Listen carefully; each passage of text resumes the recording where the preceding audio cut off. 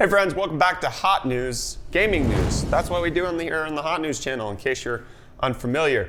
And in case you're here from UFD Tech, thank you for the support and everything that you guys are doing for us. Obviously, if you have no idea what I'm talking about, we made an announcement video last Friday over on the main UFD Tech channel about how my family has to leave due to my son's epilepsy and rare genetic disorder that we can't get treated here in South Africa. Check that video out if you care about it at all. If not, I'm gonna enjoy my brownie. All right, let's jump on into the gaming news. First up, we're talking about Epic Game Store because there's been some unveiled information about how their exclusivity deals are working, specifically with one of their latest Epic Game Store exclusive, which is Control. In case you're not familiar, it's the game that Nvidia is literally pushing on everybody. It actually got off to a slow start, but ramped up in its sales due to really good word of mouth, and it apparently cost Epic Game Store a cool $10.5 million to get that exclusivity. So while that is a lot of money, one of the things that Epic Game Store does is help to offset the cost and risk of making it an Epic Game Store exclusive by paying the cash up front and then allowing all of the initial sales come back to them directly, which is actually a decent way of doing it. Epic Game Store fronts the risk and then the developer gets the money regardless of how well the game sells. And if this is what a game like Control got for being a relatively unknown game, it wasn't really hyped before launch. They got $10.5 million, which equates to 200,000 units sold. Metro Exodus had to have gotten bank because that was a game that was hyped up for a while. So there's not any official numbers regarding Metro Exodus's deal with Epic Game Store, but the fact that Control got $10.5 million is quite intriguing, and it's a great look into seeing why some publishers are deciding to go with the Epic Game Store exclusive, because not only are they making good exclusivity money, but they are also having technically guaranteed sales by Epic Game Store fronting them the money regardless of how well the game performs. So in case you're pissed about Epic Game Store, with a deal like that, I think it's going to continue. That seems to be something that a lot of studios might sign on for. But you know what other people didn't sign on for when they bought a game? Talking about exclusivity crap, Call of Duty Modern Warfare is going to have an exclusive multiplayer mode, Spec Ops Survival, that is only going to be on the PlayStation 4 for the first year that the game is out. This was announced at Sony's State of Play yesterday, and people on Twitter were pissed. Yeah. I saw so many tweets of people refunding their purchase of the pre-order, and then also, if you have a certain game mode exclusive for a year on a Call of Duty game, that's the entire lifespan of the game.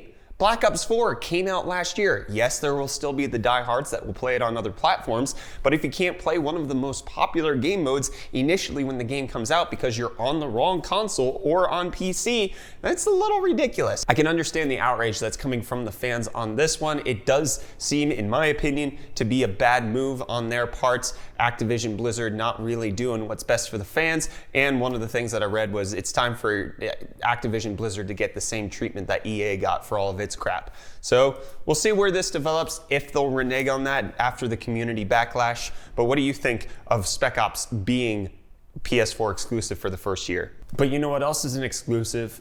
Death Stranding. That actually depends on who you ask and when you ask them. Hideo Kojima going back and forth on that one. But you know what isn't exclusive is the PS4 Pro Death Stranding exclusive console that's coming out. Obviously the console looks good. It's got handprints with North America and the world on it, but then you got the baby pod colored DualShock 4, which is both hideous and fascinating at the same time. There is no toddler in the middle. It's actually the rumbles that are in there. And apparently Sony said that you can rock the controller back and forth like a baby to soothe it, which is a little weird. This is all a little weird. It's Hideo Kojima, what do you expect? And just slightly more PlayStation 4 news before Reece gives us The Last of Us 2 news, and that is Civilization VI, which is out on the Switch, is coming to PlayStation 4 on November 22nd. So Reece, give us the lowdown on the big reason the State of Play happened yesterday, Last of Us Part 2. This is something everyone was excited for. It was the main reason behind the State of Play that Sony was having. They released a new trailer yesterday and gave us finally an official release date for the game. Last of Us Part 2 will hit the PlayStation 4 on February 21st. 2020. So it's around the corner at this point, and the first quarter has to be stacked with tons of game. We still have Cyberpunk's technically the second quarter, but then also Final Fantasy VII Remake. It's going to be insane. It's going to be a busy time period for games there. The game seems to be a revenge story focused around Ellie and continues the story from The Last of Us 1, which came out in 2013. So people have been waiting for this for quite a while now. It seems to be quite hyped up. With good reason. It was one of my legit favorite games that I ever played. Still probably in my top 5 if I have to put that down there. And they kind of saved the best for last with the trailer reveal, because Joel finally made an appearance, which his fate has been up in the air. People have been making rumors since the first trailer, because he was there but kind of not there, and so it's nice to get an actual, like, hey, Joel's here, he's not dead. Congratulations. Yay. Well, if you want The Last of Us to be one of your top 5 games of all time, the PS Plus games for October have been confirmed, and we've got The Last of Us Remastered as well as MLB The Show 2019. I don't care about that one, but in case you want to play Last of Us, that's going to be free on PS Plus in October. You need to play it. I will eventually. You need to play it. I will. I'll make you. You know what else I'll play? Final Fantasy VII Remake, which just got new box art, which is a good recall to the original box art. It's basically nearly identical to the original, just with the upscaled models and looking a bit shinier. However, the only issue that I would take with it is the fact that it does not say Part 1 on here, because in case you're not familiar, Final Fantasy VII Remake is an episodic release. So this is actually Part 1 and not the entire game, which may confuse people, might be a little deceitful. We'll see if Square Enix changes it, but that's what it is for now. And speaking of other October things, Project xCloud from Microsoft appears to be hitting its first public trial on Android devices in October.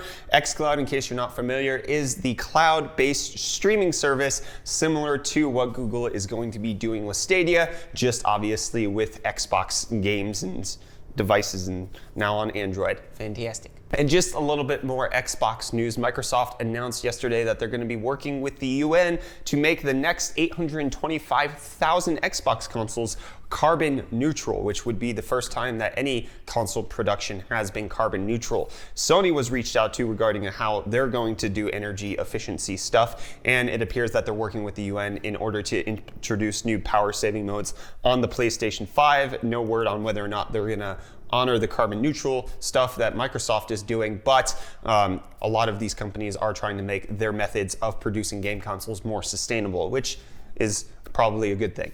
And then one of my favorite crazy games of all time, Katamari. The creator is releasing a new game in December called Wattam, which is about making friends and connections. I don't know if I'm going to enjoy it, but it's coming to PS4, so I might as well try it out. And then another old game that people seem to have loved, MediEvil. It's getting its remake to come out sometime soon, but right now there is a playable demo that you can try out, and the demo will actually play towards the full game. You'll be able to unlock stuff for the full game with the demo, which will be cool. Reece, give us some news about Red Dead Redemption 2. Oh, a mysterious Red Dead Redemption 2 listing popped up now on the Australian Classification Board's website this week. This is, propped up rumors again that it's coming to PC. So initially the request for a rating, which doesn't specify that it was for the PC, was just like denied. So it seems they updated things to actually specify that, hey, this is a PC version of an already rated game. And that seems to have gone through now and is being listed, which, and they're probably doing ahead of time because the Australian Classification Board is known for being like very strict and quite a problem for a couple of developers. This kind of coincides with Rockstar launching their launcher and other code being discovered in Red Dead Redemption 2. There's stuff popping up all over now, hinting more and more towards a PC release. It's probably likely, and it's probably before the holidays, if I had to guess, if I was a betting man. But you know what I don't bet on? Mario Kart Racing, because I suck at that game. But Mario Kart Tour is coming out to iOS and Android today. So if you want that, go jump on that. But we got more Nintendo news. Reece, slap us with some Switch Lite-ness. Nintendo Switch Lite has sold over 160,000 units during its first week of sales in Japan alone. In Japan only? Yeah. Fantastic. Surprisingly, this was way below the original forecast of like 300,000 units, which actually saw Nintendo's stock prices drop as a result. Who predicted 300,000? Citibank, I don't know what they do with their predictions and stuff, but this actually caused Nintendo's biggest stock drop in 8 months. It's down 4.37%. This sounds successful. Why is this a bad thing? Exactly why I'm confused. Yikes. Anybody who knows the gaming industry, like if you already have a Switch, you're not picking up a Lite. Yeah, the original Switch sales were up like to 64,000 last week, which, I mean, pretty decent. It's pretty decent. Like, yeah, no, they seem to pick up as a result of the hype around the Switch Lite. So, in all honesty, it seems like it was a good week for Nintendo, but stocks people down. aren't happy enough. Yeah, suck it, Nintendo.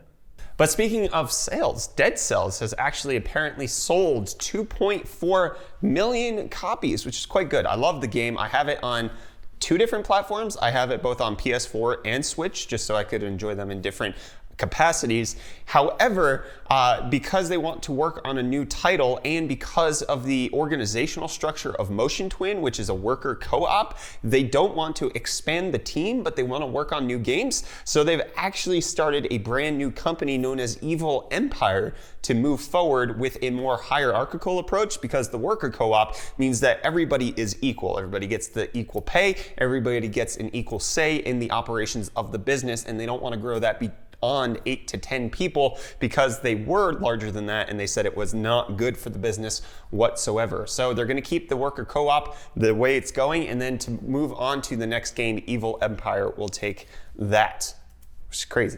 You know what else is crazy? Fallout 76 not only has sucked in game form, it has sucked in physical form, because one of the collector's edition, it wasn't the official collector's edition, it was the Nuka-Cola version of the helmet that launched with Fallout 76, which was an exclusive to GameStop, has been recalled because it has mold in one of the liners, so that you actually can't wear the helmet without it probably giving you some sort of lung infection. It's affecting the 20,000 units that were made, so if you want bad mold in a helmet mold, Fallout's got your back. Pew, pew. And then, I mean, didn't they also have a canvas bag issue that, like, Fallout 76, Bethesda, you're a mess. Get yourself together. You know what else is a mess? Overwatch. Reece, hit us. Police are reportedly investigating organized crime linked to Australians' Overwatch contenders team. Overwatch Mafia, I love it. I love it. I love it so much. News site ABC reported that the Australia's Sporting Integrity Intelligence Unit told them that they're investigating betting anomalies which were happening during the matches. So match fixing, all that kind of stuff. Okay, which, I mean, this is not necessarily a new thing, because, I mean, a while ago there was that whole CSGO thing with, was it T. Martin or something like that? The CSGO thing is actually linked to this investigation, and this is crap. part of a bigger expose on the Australian betting scene within esports. Yikes. And, they didn't actually name the team, but it's apparently one of the 8 teams competing this year at Overwatch Contenders. Jeez. Yikes. Overwatch Mafia, let's go. All right, Reece, give us more Mafia news with Apple. Square Enix released a brand new game exclusively on Apple Arcade. Various Daylife is now available through their platform, and it's the latest RPG to come out of Square Enix. It was developed by the same team behind Octopath Traveler and Bravely Default. Okay, I've only heard of one of those two. Same. Yeah, the game puts you like as a group of colonists, and you're exploring. It's a Square Enix RPG. Is it any good? That's what I want to know. Okay, well, you know what's not good? Keeping this episode of Hot News going any longer, so we're going to end it. Thank you so much for tuning in. We really appreciate you. Thank you for all of your support that you've shown to UFD Tech, to Hot News, to my family. It's been amazing, and that's it. Hit the like button if you enjoyed it. You're going to see more messy backgrounds with Reece because we're working on selling everything and getting out of here. So, bye.